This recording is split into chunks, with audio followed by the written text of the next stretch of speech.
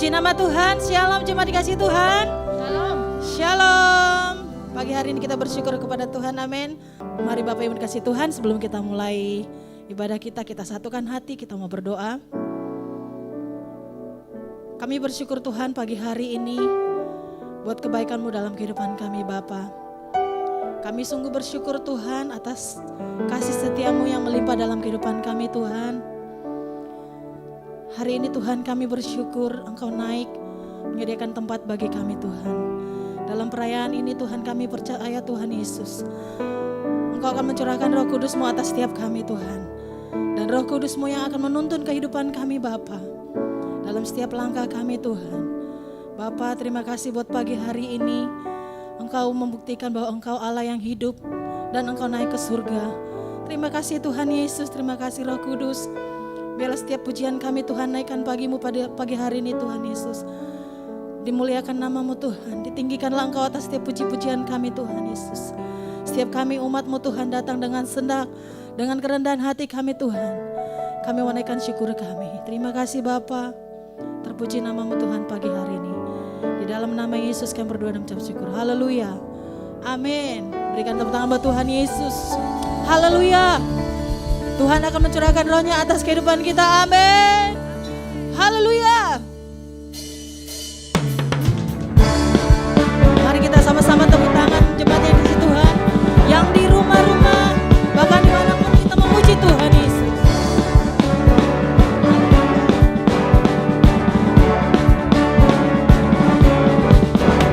Tuhan curahkan roh-Mu atas manusia di bumi. Biar anak-anak-Mu menyampaikan nubuatan, mimpi dan penglihatan, nyatakan isi hati-Mu. Biar iman kami bangkit, surga nyatakan kedahsyatan hari-Mu. Kan ada kebangkitan yang besar, kan ada pemulihan di negeri kami. Kan ada kebangkitan yang besar, yang berseru kepada Yesus diselamatkan. Haleluya. Tuhan curahkan roh-Mu atas manusia di bumi. Biar anak-anak-Mu menyampaikan nubuatan, mimpi dan penglihatan, nyatakan isi hati-Mu. Biar iman kami bangkit, surga nyatakan kedahsyatan hari-Mu. Kan ada kebangkitan yang besar, kan ada pemulihan di negeri kami. Kan ada kebangkitan yang besar, yang berseru kepada Yesus diselamatkan. Kan ada kebangkitan yang besar, kan ada pemulihan di negeri kami. Kan ada kebangkitan yang besar, yang berseru kepada Yesus diselamatkan. Tepuk tangan di atas kepala yuk. Kan ada kebangkitan yang besar, kan ada pemulihan di negeri kami. Kan ada kebangkitan yang besar, yang berseru kepada Yesus diselamatkan. Yang berseru kepada Yesus diselamatkan. Yang berseru kepada Yesus diselamatkan.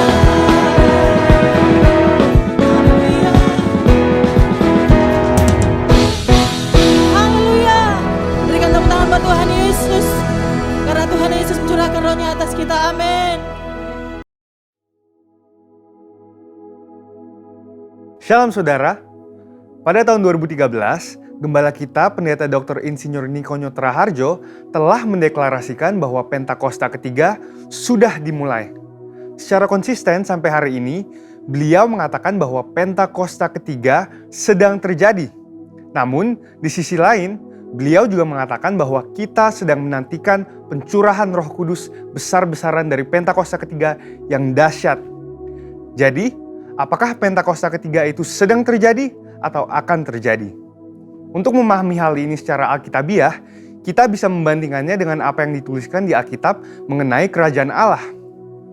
Pertama, kita bisa melihat dalam perikop Yesus dan Beelzebul di Matius 12 ayat 22-37. Ketika Tuhan Yesus mengusir setan dari seorang yang buta dan tuli dengan kuasa Roh Allah, Ia berkata bahwa kerajaan Allah sesungguhnya sudah datang. Demikian juga di bagian lain ketika Tuhan Yesus ditanya oleh orang-orang Farisi mengenai kapan kerajaan Allah yang akan datang, Ia menjawab, sesungguhnya kerajaan Allah ada di antara kamu. Tentunya, di mana sang raja ada, baik secara fisik maupun di dalam Roh Kudus, di situ kerajaannya dinyatakan.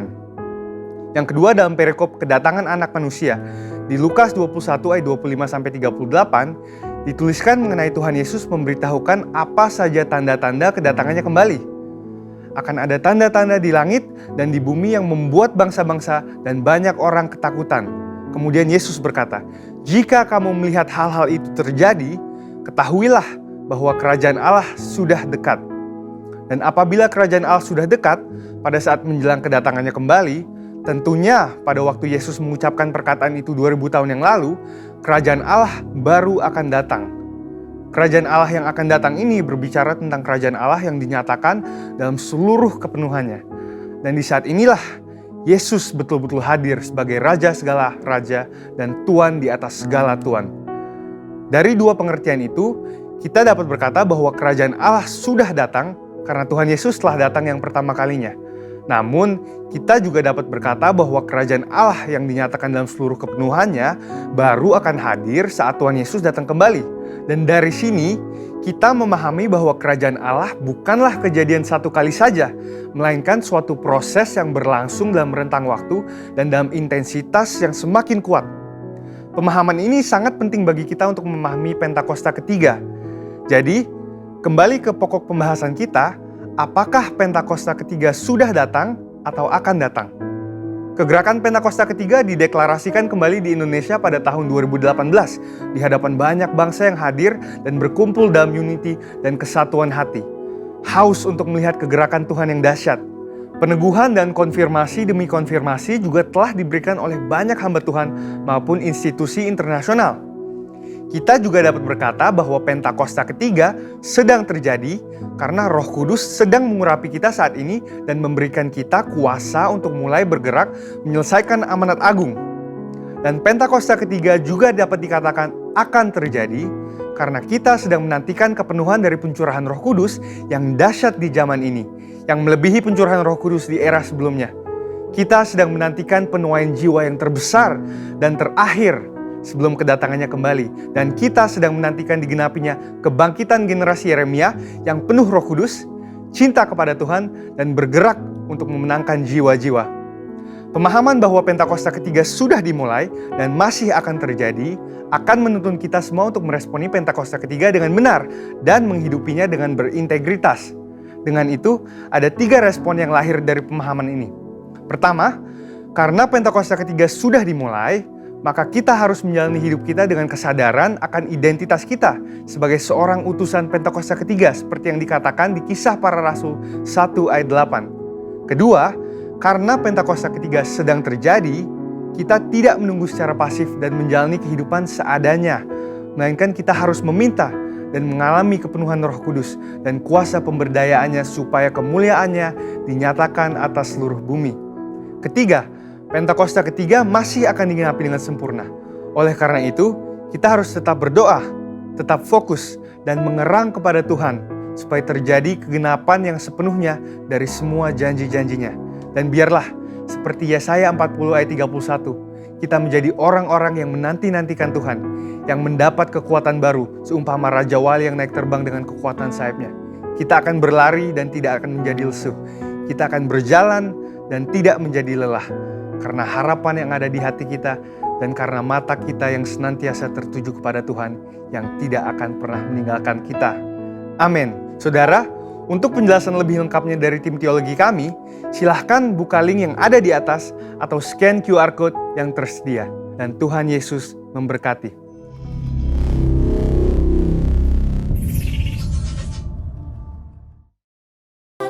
Kemuliaan-Mu di tempat ini ya Tuhan, Allahku, beriku belas kasihan-Mu.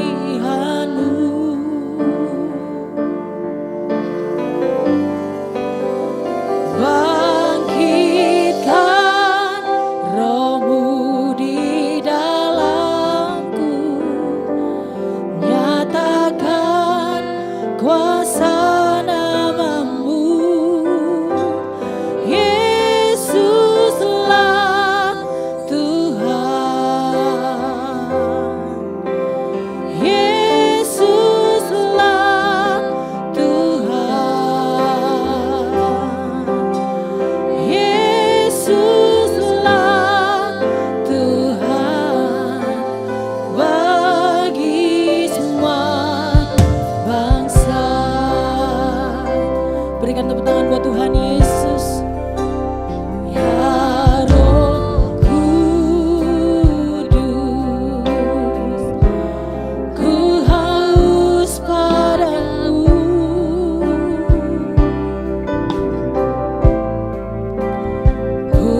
Puaskan sekarang kerinduanku, ya Roh Kudus, ya Roh Kudus, Kau menuntunku.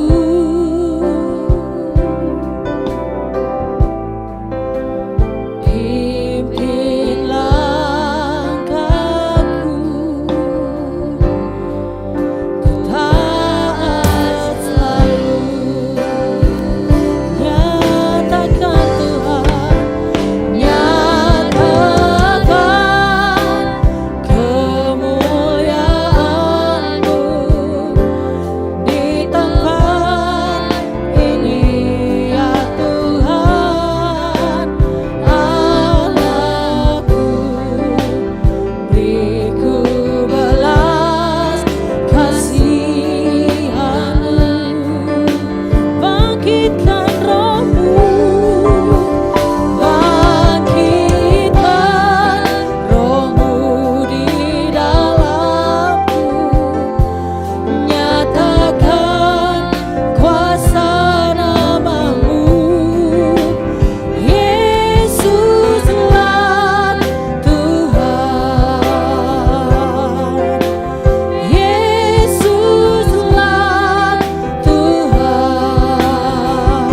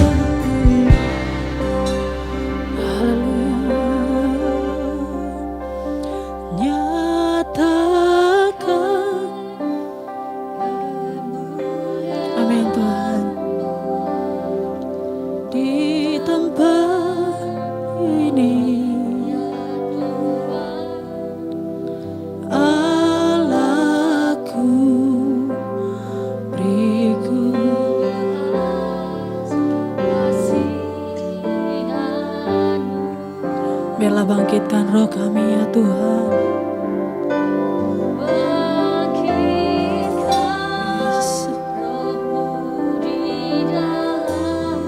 Amin. Nyatakan kuasa nama-Mu.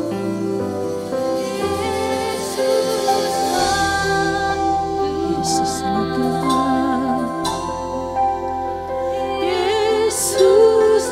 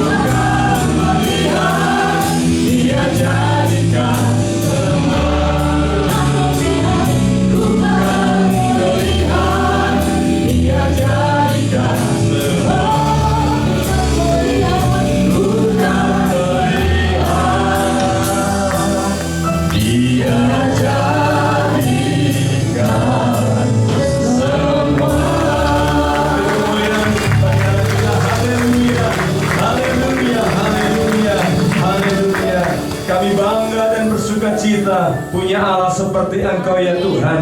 Engkau yang sungguh mengerti segala keperluan kebutuhan kami, dan Tuhan menjawab tepat pada waktunya apa yang kami butuhkan, karena kami tahu Engkau Allah Immanuel, Allah yang menyertai kami, Allah yang tidak pernah meninggalkan kami.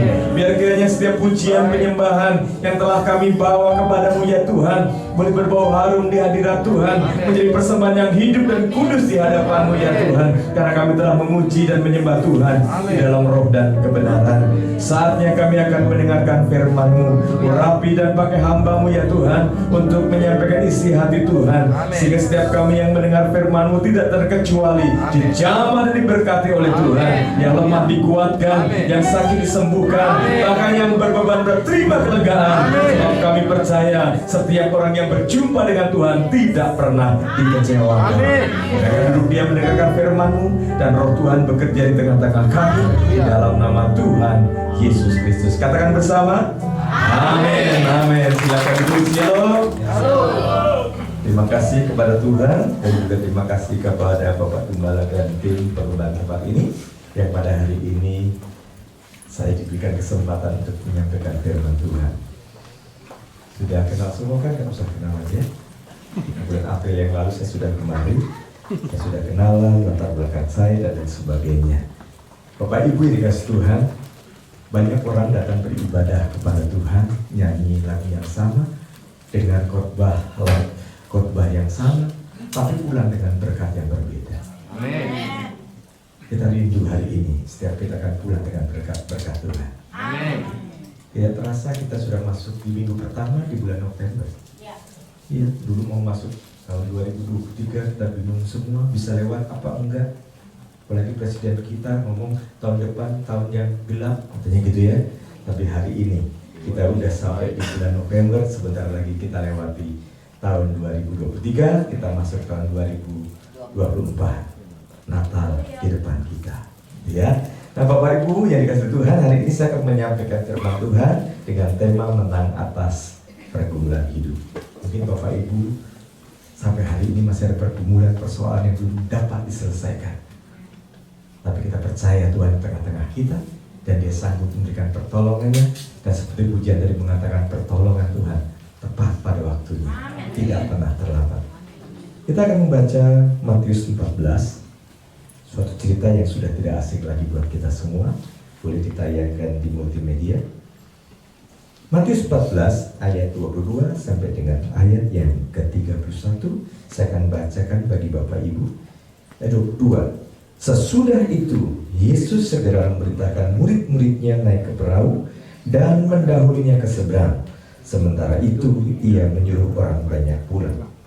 Dan setelah orang banyak itu disuruhnya pulang, Yesus naik ke atas bukit untuk berdoa seorang diri. Ketika hari sudah malam, Ia sendirian di situ. Perahu murid-muridnya sudah beberapa mil jauhnya dari pantai dan diombang-ambingkan gelombang karena angin sakal.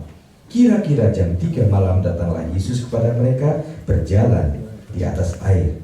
Ketika murid-muridnya melihat Dia berjalan di atas air, mereka terkejut dan berseru, "Itu hantu!" Lalu berteriak-teriak karena takut. Tetapi segera Yesus berkata kepada mereka, "Tenanglah, aku ini, jangan takut." Lalu Petrus berseru dan menjawab Dia, "Tuhan, apabila Engkau itu, suruhlah aku datang kepadamu berjalan di atas air." Kata Yesus, "Datanglah." Maka Petrus turun dari perahu dan berjalan di atas air mendapatkan Yesus. Tetapi ketika dirasanya tiupan angin, ketakutlah ia dan mulai tenggelam, lalu berteriak, "Tuhan, tolonglah aku." 31 bersama-sama. Segera Yesus mengulurkan tangannya memegang dia dan berkata, "Hai orang yang kurang percaya, mengapa engkau?"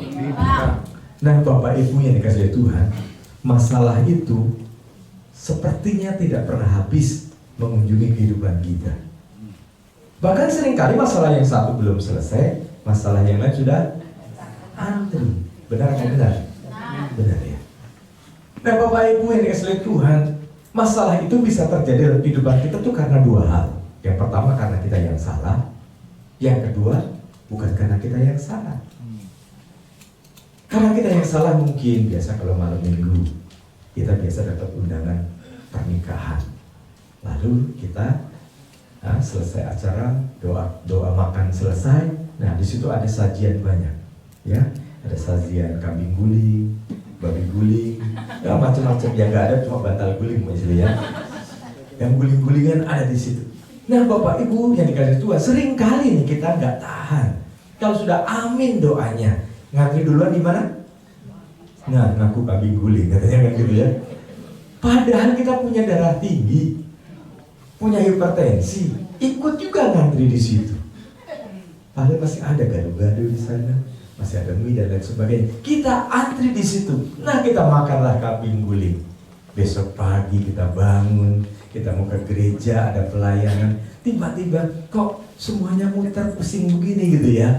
Itu sakit karena salahnya sendiri ya. Banyak antrian makanan yang lain kok ngantri di situ juga. Tapi ada Bapak sekalian, kita sudah benar di hadapan Tuhan.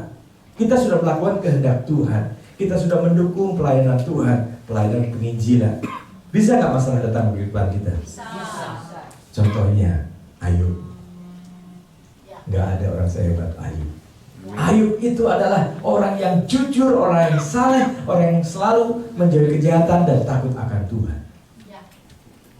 Bayangkan sekarang gelarnya banyak. Ayub 1 ayat 1. Dia orang hebat. Tapi kita lihat dalam kehidupannya, dari ujung rambut sampai ke telapak kaki dia sakit borok. Dalam konteks yang kita baca tadi, murid-murid pergi ke seberang atas kemauannya sendiri apa Tuhan yang suruh? Ayo, Tuhan yang suruh. Ayat 22 dikatakan sesudah itu, berarti ada peristiwa sebelumnya. Peristiwanya apa? Makanya kalau baca Alkitab itu mesti teliti, jangan asal baca. Sesudah itu, ayat yang ke-15 di sana kalau kita membaca, menjelang malam murid-murid Tuhan itu disuruh memberi makan kepada 5.000 orang laki-laki, belum termasuk perempuan dan anak-anak. Jadi hari itu Tuhan Yesus bikin PA, ngajar dari pagi sampai sore, atau KKR begitu. Tapi tidak ada panitia konsumsi rupanya. Jadi mereka dari pagi ikut Tuhan, mereka belum makan, mereka lapar. Dan murid-murid datang kepada Tuhan, Tuhan ini bagaimana mereka saat ini sedang lapar. Coba bayangkan tiba-tiba Tuhan berkata, beri mereka makan. Bayangkan.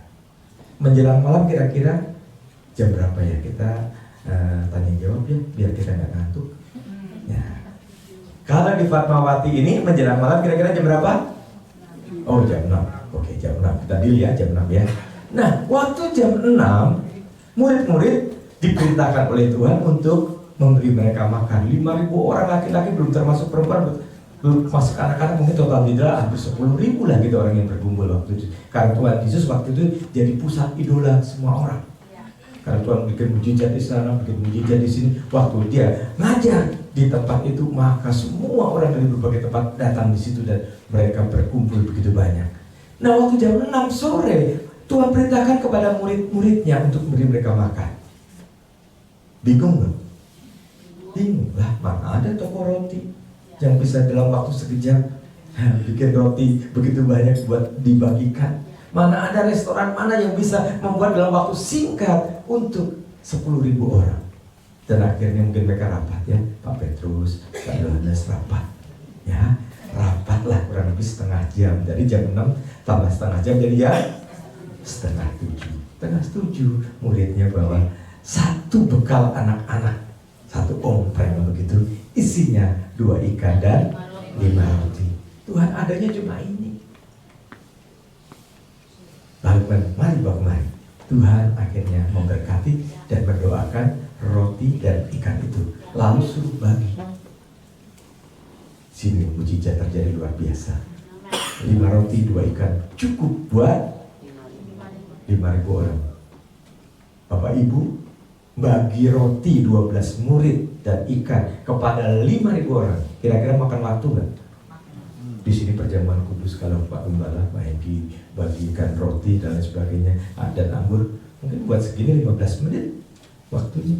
Nah Bapak Ibu sekalian, ini 5.000 orang lebih, hampir 10.000 dibagi roti sama ikan sama 12 murid. Kira-kira makan waktu panjang? Kita hitung berapa? 2 jam cukup? Tadi setengah 7 tambah 2 jam jadi setengah 9. Setengah 9 yang tua, yang muda, anak-anak, yang orang dewasa makan. Makan berapa lama kira-kira? 20 menit. Wah, ada yang seperti ada yang 1 jam, ada yang 30 menit, ada yang 15 menit. Kita ambil tengah-tengahnya setengah jam gitu ya. Jadi setengah 9 tambah setengah jam jadi jam Jam 9, Bapak sekalian, tiba-tiba nih Bapak Gembala, Tuhan Yesus perintahkan lagi, kumpulkan sisa-sisa makanan. Sampai kumpul berapa? 12 bakul. Ada bercandaan, ada joke gitu. Kenapa kok sisa 12 bakul?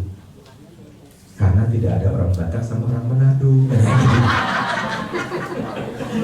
Kalau ada katanya babungkus pulang habis itu katanya gitu.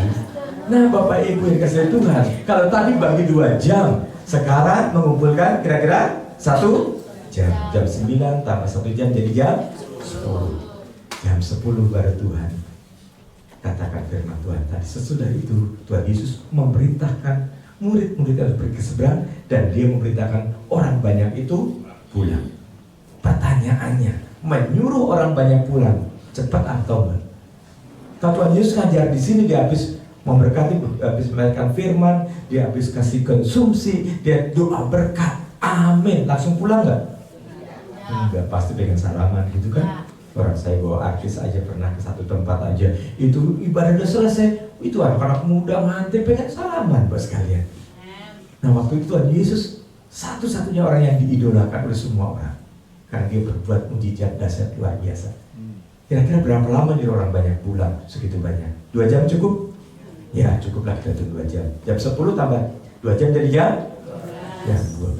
Setelah jam 12, Tuhan Yesus naik ke atas bukit untuk tidur. Oh bukan, untuk berdoa sekalian ya. Bayangkan Bapak sekalian ya. Jam 12 malam Tuhan Yesus naik ke atas bukit. Kira-kira Bapak sekalian, naik ke atas bukit itu, siapa yang suka naik gunung? Ya. Kita kira makan waktu nggak untuk naik ke atas bukit? Kalau sekarang sih enak, ada senter yang baterai kering, baterai basah, terang gitu. Kalau zaman itu cuma mengandalkan ya sinar rembulan. Nah Bapak yang dikasih Tuhan, mungkin kalau Tuhan Yesus naik ke atas bukit makan waktu 1 jam, maka dia mulai berdoa di sana. Jadi jam 1.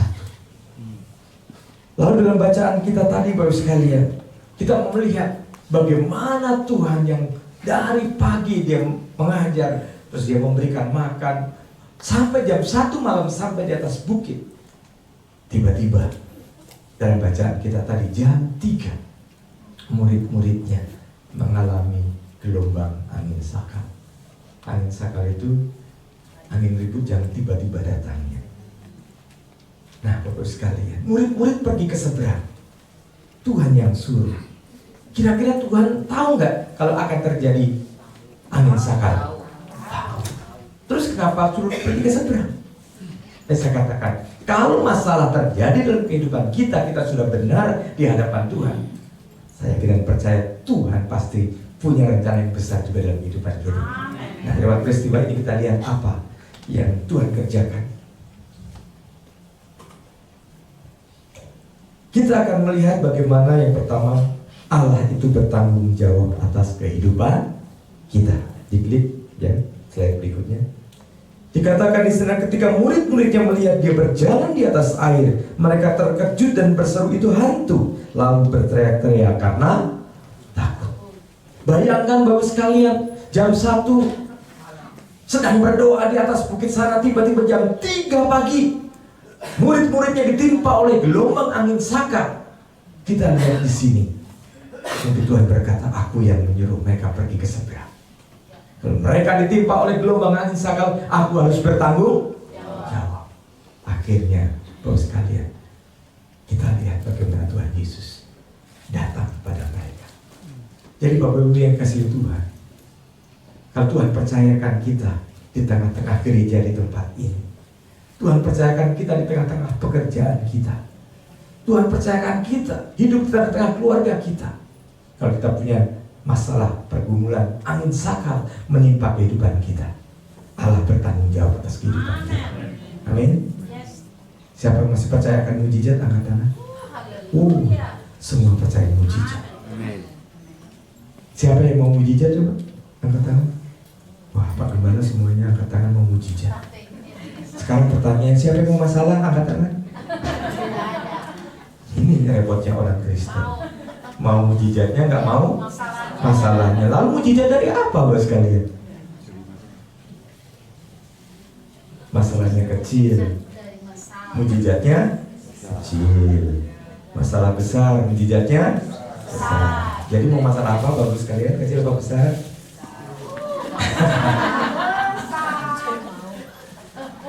Kalau kita meyakini bahwa Allah bertanggung jawab atas kehidupan kita, mau masalah kecil, mau masalah besar, kita akan maju terus bersama dengan Tuhan. Amin. Sebab bahwa sekalian, Tuhan tuh nggak angkat masalah dari depan kita, nggak pernah. Tuhan nggak pernah berjanji masalah itu yang akan dipindahin supaya kita nggak kesandung masalah itu, nggak pernah sekalian. Tapi yang Tuhan janjikan adalah memberi kekuatan kepada kita dan kita bisa melewati masalah itu. Amin. Sebab setiap masalah pergumulan yang kita hadapi tidak melebihi kekuatan kita, dan Allah sanggup dengan jalan keluar bagi kita. Amin. Ini yang pertama perlu kita ingat, Allah bertanggung jawab atas kehidupan kita. Mungkin saudara atau bapak ibu sudah berdoa sekarang, ini Tuhan udah sampai bulan November, kok masalah ini masih ikut, kok masih ngikutin saya aja. Bapak ibu ingat, Allah bertanggung jawab atas kehidupan kita, dan kita sanggup melewati masalah itu bersama dengan Tuhan. Itu hal yang pertama. Lalu hal yang kedua, sekalian.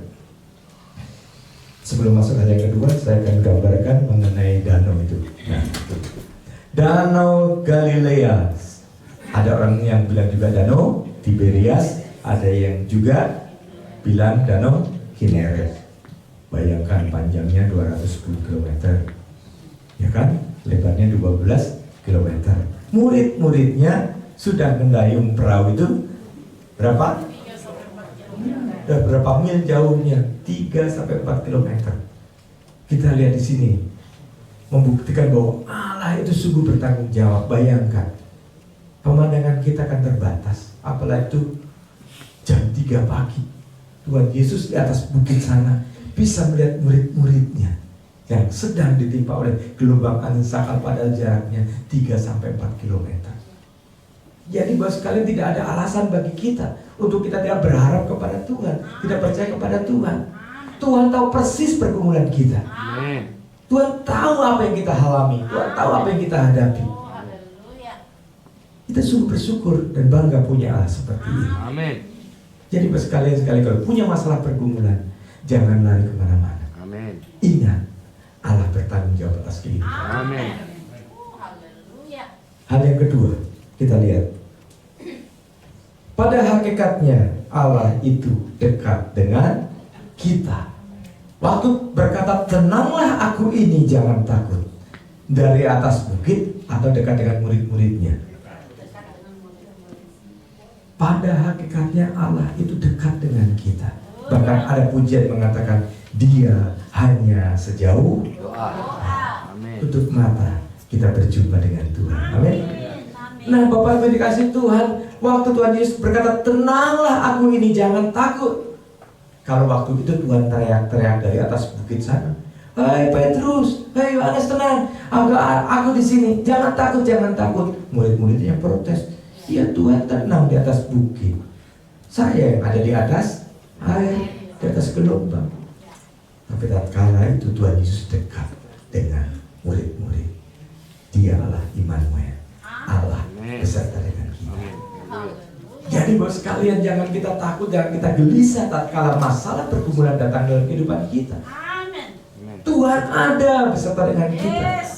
Mungkin kita seringkali berpikir, ya memang Tuhan sih ada, tapi realitanya depan kita kayak gini. Masalah tetap aja di depan kita. Seringkali kita putus asa, bahkan kita berdoa pun seringkali ya mulai putus asa. Bisa nggak ya Tuhan jawab doa saya? Bisa nggak Tuhan melepaskan saya? Bisa nggak Tuhan menyembuhkan saya? Realitanya datang kepada dokter nggak bisa diobati lagi. Realitanya barang-barang yang dia punya nggak bisa terjual. Bapak Ibu yang dikasihi Tuhan, selain Allah yang bertanggung jawab, juga Allah yang dekat dengan kita, dan Dia juga Allah yang akan menolong kita. Amin. Kita lihat di sini sekalian, waktu murid-muridnya nih yang kadang-kadang seperti murid-murid ini, seperti Petrus, tatkala melihat Tuhan, maka dia lihat itu seperti apa? Hantu. Jadi memang dua, kalau punya masalah itu Bapak sekalian, cuma dua yang kelihatan, antara Tuhan atau dibalik hantu, gitu kan? Hantu atau Tuhan. Nah, seringkali orang Kristen seperti ini. Kalau punya masalah, punya pergumulan, dia nggak lihat Tuhan, tapi dia lihat masalahnya, dia lihat pergumulannya. Sehingga kalau berdoa, seringkali berdoanya, Tuhan, ini masalahku terlalu besar. Gajiku cuma berapa Tuhan? Ini masalah terlalu besar. Tuhan, ini pergumulan terlalu besar. Ini sakitku terlalu besar Tuhan. Sedangkan aku tidak ada untuk berobat Tuhan. Seringkali yang muncul di dalam kehidupan kita bukan Tuhan, tapi masalahnya. Kalau berdoa, seringkali kita pulang teler karena kita cuma mengajukan persoalan kita sama Tuhan. Kayak kita punya daftar, ya, daftar doa kita yang besar-besar persoalannya gitu kan. Kalau berdoa itu, Tuhan masalahku besar, koma, jangan titik. Ya enggak? Tuhan yang masalahku besar, tapi aku bersyukur punya Tuhan yang besar. Amin. Amin. Seringkali kita menjadi lemah, kita menjadi gelisah, kita menjadi khawatir. Khawatir itu bagus sekalian, 90% belum tentu terjadi. Tapi kita dihantui dengan kekhawatiran kita yang belum tentu terjadi itu. Sehingga membuat kita stres, membuat kita gelisah, tidak ada sukacita. Bahkan kalau ke gereja nih, kalau lagi banyak masalah, bawa Alkitab, ditanya sama tetangganya, Pak, mau kemana? Jawabnya lain. Udah tahu Alkitab, ke gereja lah. Tetangganya bilang, jangan diganggu, dia lagi banyak masalah. Gitu kan? Jadi masalahnya yang kelihatan, Tuhannya nggak kelihatan. Tapi kalau kita punya masalah, punya pergumulan, tetap bersuka cita. Ditanya tetangga, Pak, mau kemana? Mau ke GBI, Golden Fatmawati lah. Mau ngapain Pak? Di sana kita berjumpa dengan Tuhan dan kita temukan jawaban persoalan kita. Amin. Kita jadi kesaksian. Amin. Jadi seringkali masalahnya yang kelihatan, Tuhannya nggak kelihatan. Bapak Ibu yang dikasih Tuhan, kita punya Allah yang besar, Allah yang tidak pernah meninggalkan kita, dan Dia Allah yang dekat dengan kita. Bapak Ibu menghadapi persoalan, menghadapi masalah nggak sendirian. Tuhan menyertai kita. Amin. Saya percaya Tuhan menyertai kita. Haleluya. Setiap hari Minggu kita bacakan Pentakosta ketiga, tapi menghadapi masalah bingung. Ya kan? Ya tetangga kita, ya, kalau punya masalah nggak nyari Tuhan, nyari ke tetangga dulu. Sehingga ketok-ketok pintu, Bu Joko, gitu kan. Punya termorek, begitu kan? Anaknya lagi panas gitu. Jadi kita ingat orang lain, kita ingat siapa yang dapat kita mintain pertolongan, dan kita lupa kalau kita punya Tuhan yang tidak pernah meninggalkan kita. Dia dekat dengan kita. Dia hanya sejauh doa. Bulan lalu itu bulan misi, saya pergi ke Kalimantan. Pak Engki ya, Pak Engki tahu, karena Pak Engki juga support. Waktu saya ke Kalimantan, kamu pergi ke pedalaman, ke daerah Dayak. Itu dari Pontianak 8 jam, 4 jam naik mobil, 4 jam naik perahu kalau ada air. Kalau nggak ada air, jalan kaki atau naik motor. Saya pergi ke sana sekali. Saya sudah berapa kali ke sana. Jembatan rintisan dari gereja kami dulu, sekarang ya kembalinya sudah pendeta, ya sudah kita mulai lepas sedikit-sedikit. Dulu dari 1 gereja, sekarang sudah 19 gereja di sana. Tapi ceritanya, udah pernah saya ceritakan belum ya? Belum. Ceritanya waktu mau merintis di sana, ini pendeta sudah berhasil di Jakarta, udah jadi dosen, udah jadi kepala sekolah, tapi dia terpanggil di pedalaman sana, di pedalaman yang tidak ada sinyal, ya, tidak ada listrik. Dia terpanggil di sana. Dia bingung mau mulai pelayanan di sana. Dia bikin pemetaan, dia doa keliling. Tapi bagaimana caranya untuk dapat mulai penginjilan? Akhirnya 1,5 bulan dia disantet sama dukun. Kakinya keluar seperti cacing atau belatung. Tiap hari cuma ditetes pakai minyak tanah. Ya, kemarin sinode datang ya, bos sekalian. Cuma ditetes pakai minyak tanah. Dan akhirnya dapat 1,5 bulan. Dukunnya yang datang sama dia. Dia berkata, ilmu Bapak lebih tinggi. Karena targetnya mati, bos sekalian. Dan akhirnya apa yang terjadi, bos sekalian? Ini pendeta. Waktu baru ke sana, semua barang-barang di sini jualin. Termasuk rumahnya dijualin, apa yang ada. Jadi dia yang perlu saja dibawa ke sana dengan bawa uang yang penting. Nanti bisa beli lagi sana. Akhirnya dibeli sebuah rumah yang kecil. Terakhirnya bingung, 1 bulan masih bisa dengan uangnya, 2 bulan masih bisa hidup pakai uangnya. Dan akhirnya dia hari-hari bingung bagaimana mulai penginjilan. Dia nggak ada pekerjaan, dia tanam itu pohon pepaya keliling gereja, keliling rumahnya pastor itu, keliling. Lalu ngapain lu pada tumbuh semua? Ternyata waktu sudah 4 bulan uangnya habis Pak Gembala. Nggak ada lagi uangnya. Jadi selama 40 hari pendeta ini bersama istri dan anaknya makan pepaya muda direbus, kemudian daun pepayanya direbus. Bayangkan menemui hari-hari itu 40 hari sampai dia berkata, Tuhan benar nggak aku dipanggil di sini? Kok seperti ini? Dan apa yang terjadi? Waktu itu terjadi yang namanya wabah malaria di Balai Siwa. Semua penduduk kena malaria. Cuma keluarga pendeta yang nggak kena. Mungkin tadi tuh makan daun pepaya. Jadi darahnya pahit tuh. Jadi nyamuk nggak doyan. Gitu ya. Dan akhirnya dialah mulai menolong warga yang kena sakit malaria. Dia layani dengan penuh kasih. Dan disitulah mulai pelayanan terjadi. Akhirnya orang-orang didoakan, ditolong, dan mereka tidak satupun yang mati, semuanya sehat. Dan akhirnya pendeta ini dapat wahyu dan Tuhan ternyata punya rencana lain. Tuhan punya banyak macam cara untuk menolong kita. Amin. Tapi jangan batasi Tuhan. Akhirnya buat sekalian, setelah dia tolong ini pendeta punya ide. Akhirnya dia bikin kuburan Ebenezer. Di sana tidak ada kuburan, Bapak sekalian. Pergi ke penduduk situ nggak ada kuburan. Saya pernah berapa kali situ nggak ada memang saya lihat kuburan. Kalau orang mati cuma ditaruh di pohon, besok hilang. Nggak tahu kemana di mata tentang buah atau kepercayaan mereka, kita nggak tahu. Pokoknya kalau hari ini kita taruh di pohon itu, orang meninggal, terus tidak ada aja gitu. Dan akhirnya dikasih hikmat, dapat tanah dari Pak Kades, dibikin kuburan. Nah waktu ada jemaat yang meninggal, dikuburlah di situ. Akhirnya penduduk rame-rame lihat, wah enak ya, jadi itu anggota gerejanya Pak itu ya, kalau mati ada kuburannya di situ. Rame-rame lah dia datang sama Pak Pendeta. Pak Pendeta, aku kalau mau mati dikubur di situ Pak Pendeta. Ya jadi anggota gereja dulu. Akhirnya semua penduduk jadi masuk gereja. Luar biasa Tuhan punya cara. Dan akhirnya waktu yang lalu dimulailah pembangunan gereja. Jadi dapat tanah itu berbukit-bukit, banyak pohon.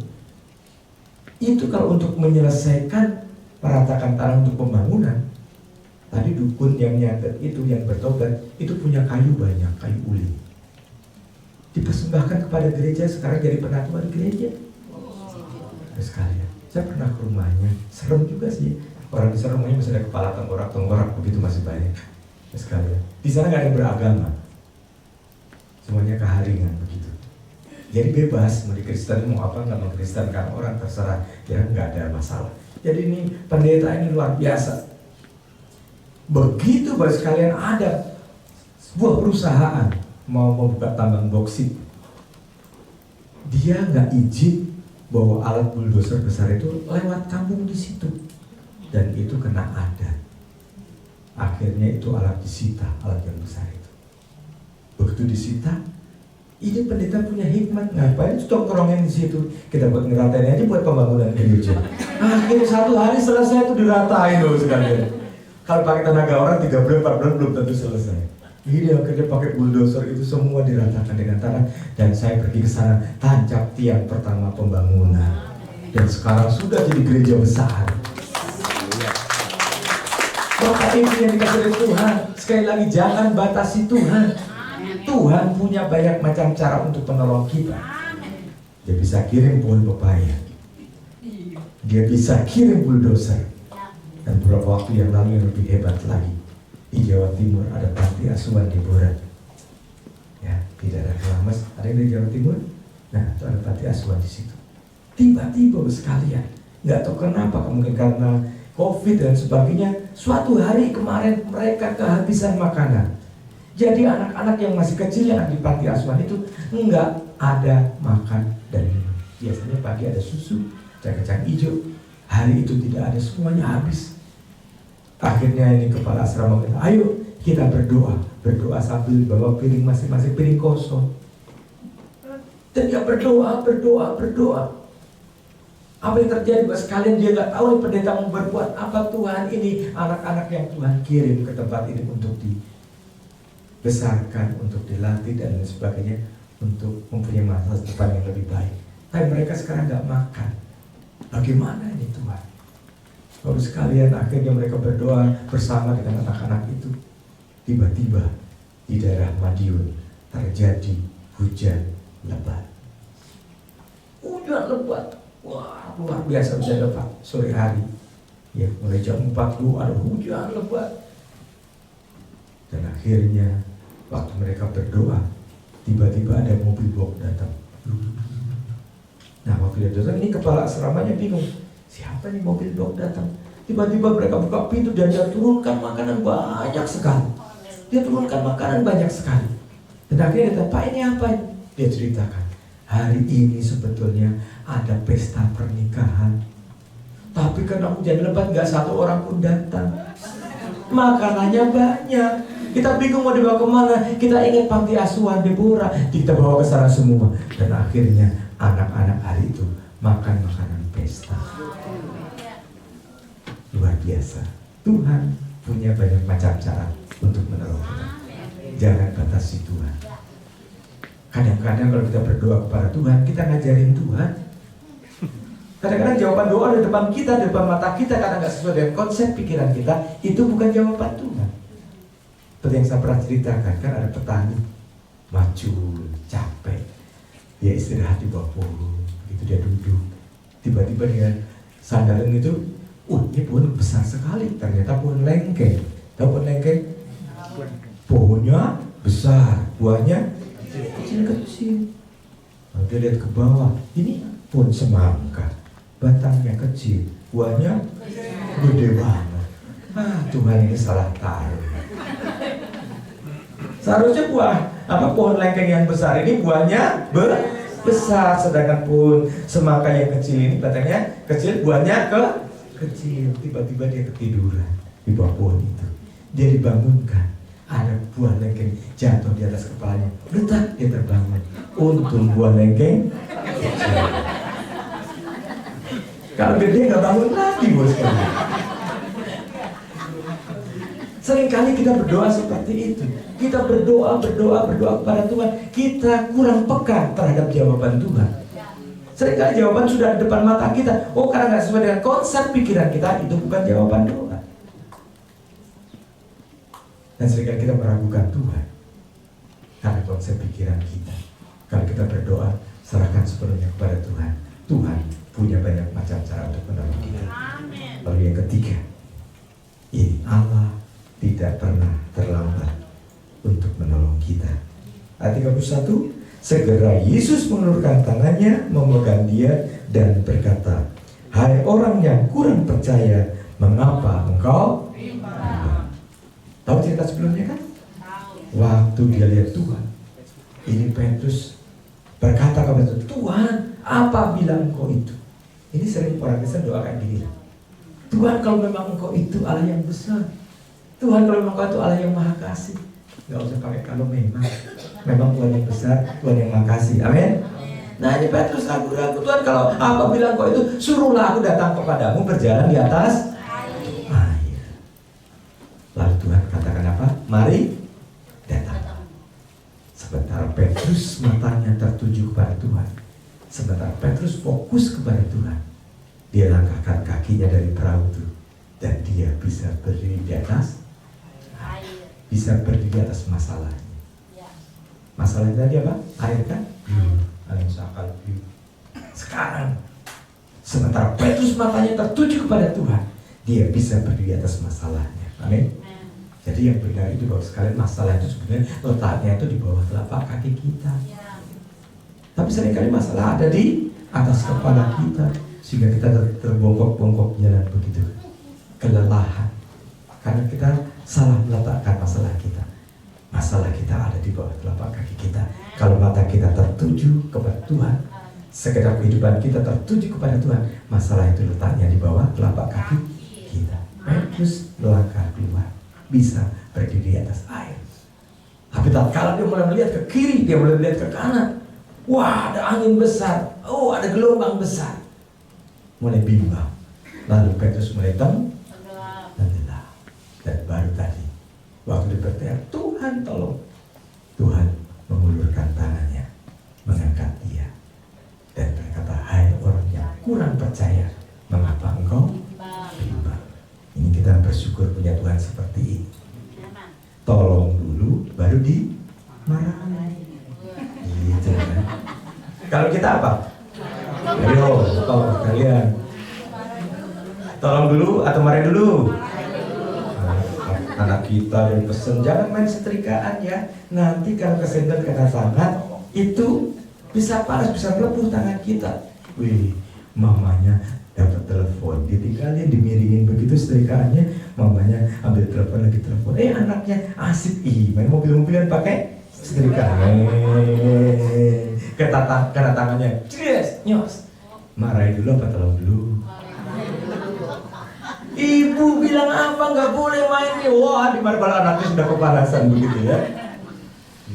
Kalau kita pesan sama pembantu kita, maaf kalau ada yang namanya sama Inem gitu. Inem, kalau cuci piring nggak boleh banyak-banyak ngangkatnya. Nanti kalau kepleset jatuh, piringnya pecah semua. Wih, itu malam minggu di rumah, rupanya ada ulang tahun.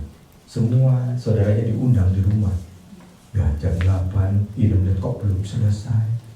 Jam 9 kok belum selesai. Kan nyonya besok mau ke gereja. Kan kalau tidurnya malam nanti gak sempat bangun pagi. Ini aduh kalau ditungguin terus nanti kapan tidurnya aku.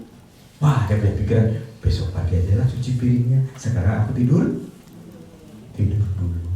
Pagi-pagi bangun. Dia masak air buat nyonyanya. Langsung dia bersihkan piring, dia cuci piring. Dia lupa sama pesan nyonyanya. Udah cuci piring saking sibuknya. Wah, akhirnya dia itu angkat piring lebih. Ya banyak. Dia kepleset jatuh. Prang, piring pecah. Kena kakinya bos kalian. Dia megangin kakinya. Itu nyonya enak banget keluar dari kamar. Masih pakai parabola gitu. Keluar. Enak. Ibu bilang apa? Kalau angkat piring jangan banyak-banyak. Akhirnya semua ini piring pecah. Bagaimana? Ya, dimarahin dulu baru pecah, ya seperti sekali.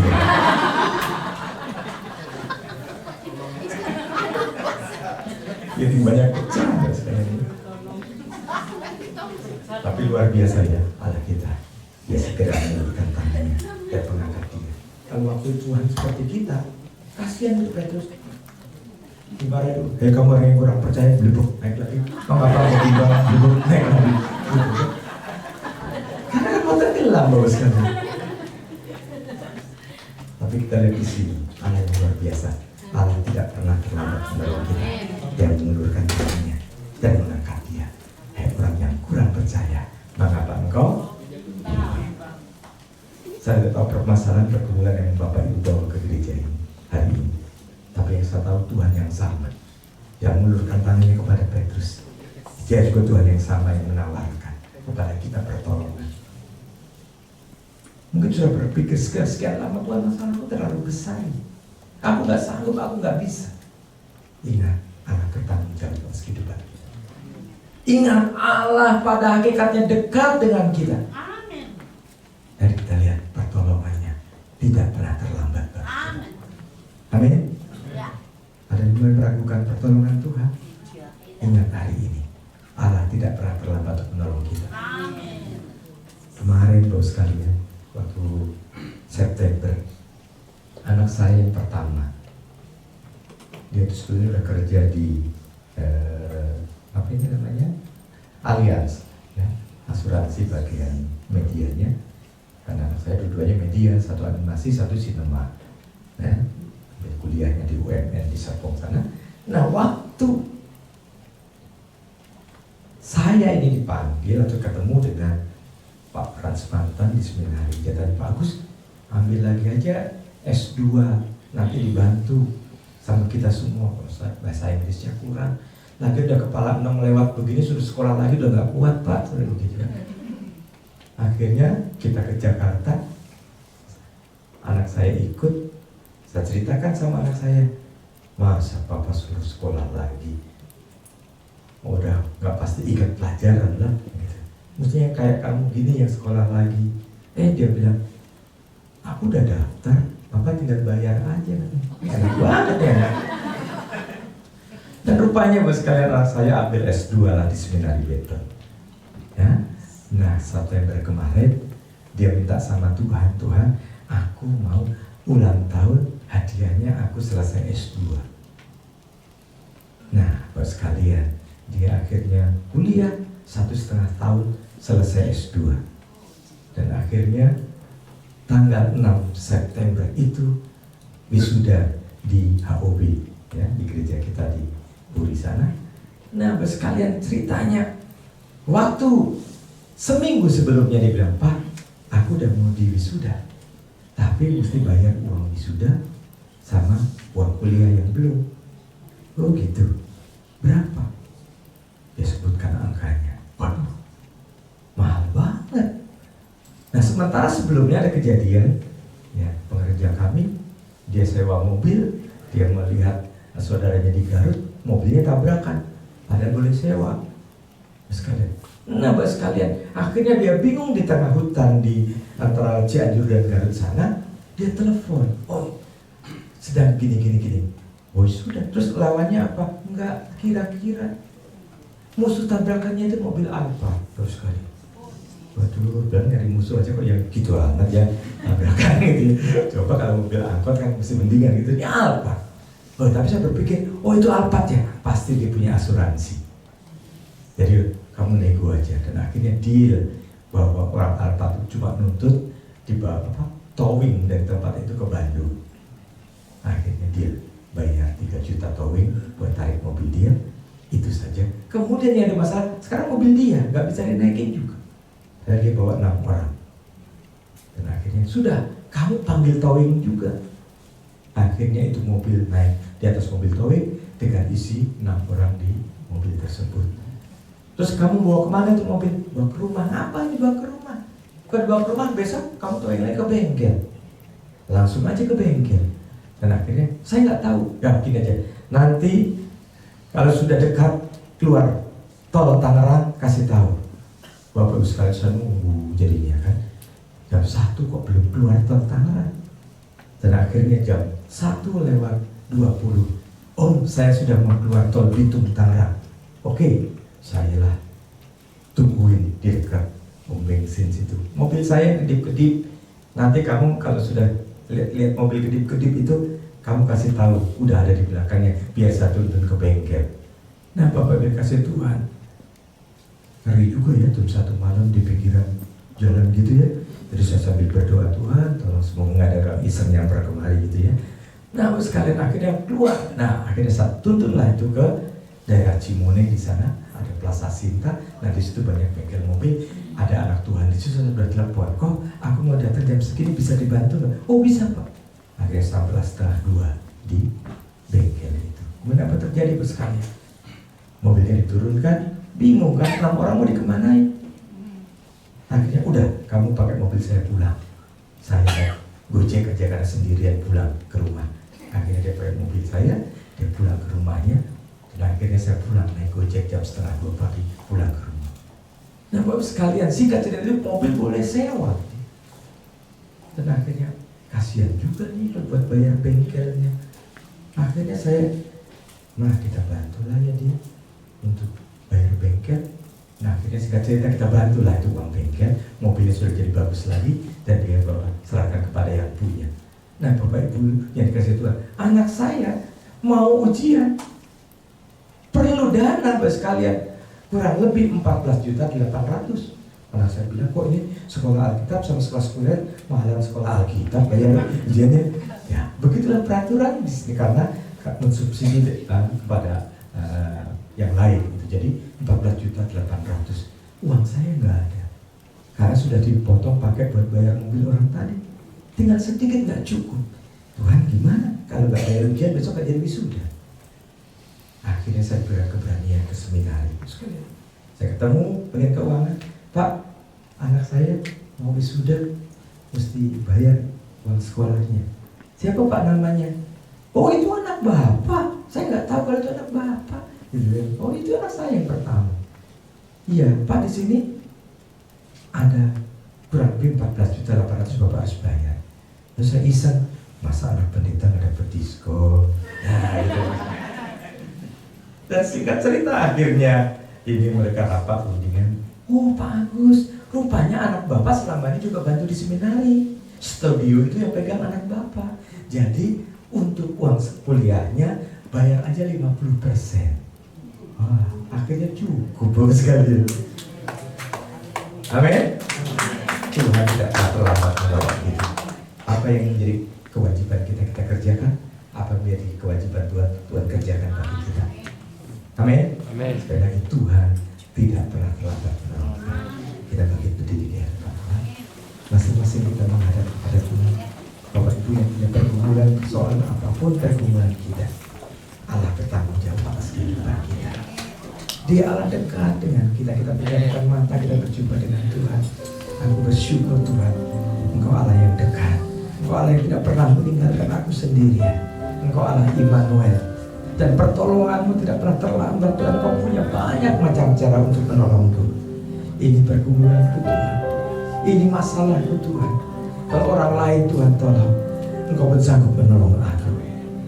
Bagi Tuhan tak ada yang mustahil.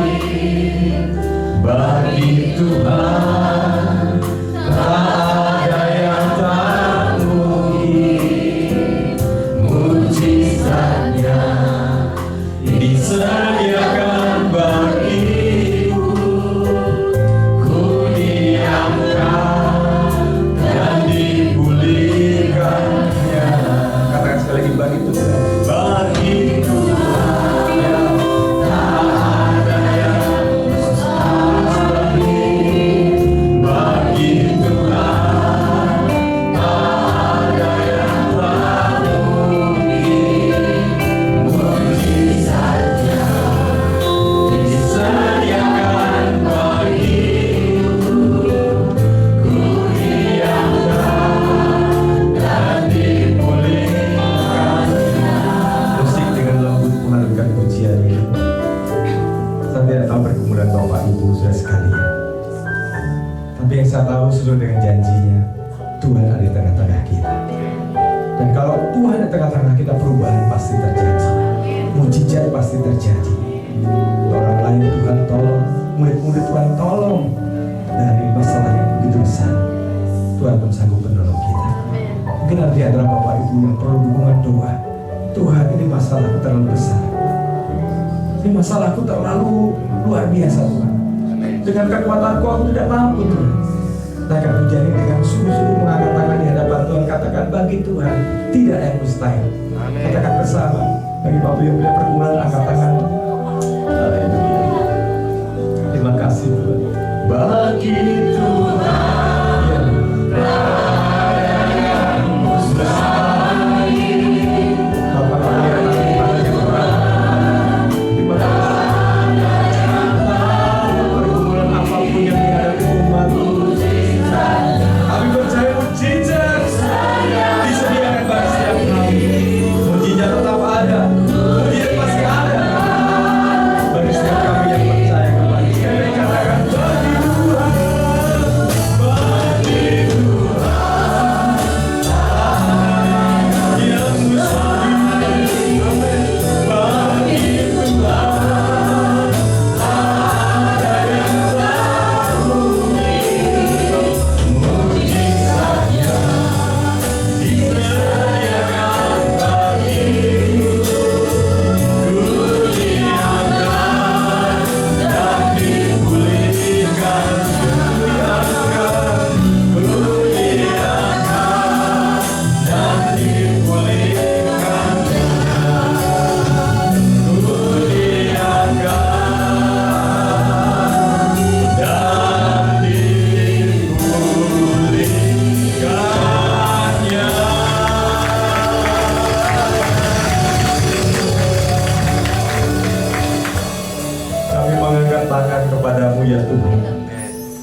kami berserah.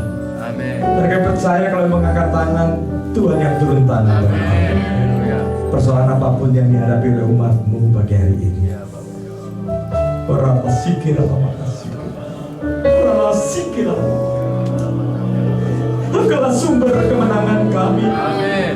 Engkaulah sumber kesembuhan kami. Amin. Engkaulah sumber jalan keluar bagi setiap kami. Amin. Bapa, jamah setiap umat-Mu pagi hari ini, siang hari ini. Apapun pergumulan mereka, kami tahu Kau bertanggung jawab atas kehidupan kami. Amin. Kami percaya Tuhan Engkau Allah yang dekat dengan kami. Kau tidak pernah meninggalkan kami. Ampuni kalau selama ini Tuhan kami meragukan Tuhan. Kami meragukan pertolongan Tuhan. Kami tahu Tuhan, Tuhan menolong kami tepat pada waktunya. Amin. Tidak pernah terlambat. Amin. Inilah pergumulan kami, inilah persoalan kami. Kami bawa kepadamu, kami angkat tangan. Tuhan turun tangan bagi setiap kami. Terima kasih Baik. Bapak. Hamba-Mu berhenti berbicara, tapi Roh Tuhan terus bicara kepada kami. Tatkala masalah datang, kami ingat bahwa Tuhan adalah pembela kami. Amin. Kami ingat Tuhan, bahwa Tuhan bertanggung jawab atas kehidupan kami. Kami ingat Tuhan Allah dekat dengan kami. Dan Tuhan sanggup berikan jalan keluar, pertolongan tidak pernah terlambat bagi kami. Dalam nama Tuhan Yesus kami berdoa. Dan kami terima firman-Mu dan Tuhan berikan kemampuan bagi kami. Dengan pertolongan Roh Kudus untuk melakukan firman-Mu. Di dalam nama Tuhan Yesus kami berdoa dan mengucap syukur. Katakan bersama. Amin. Amin. Shalom. Tugas Tuhan memberkati. Kami silakan duduk di hadapan Tuhan. Kita telah menerima firman Tuhan yang sangat luar biasa. Amin.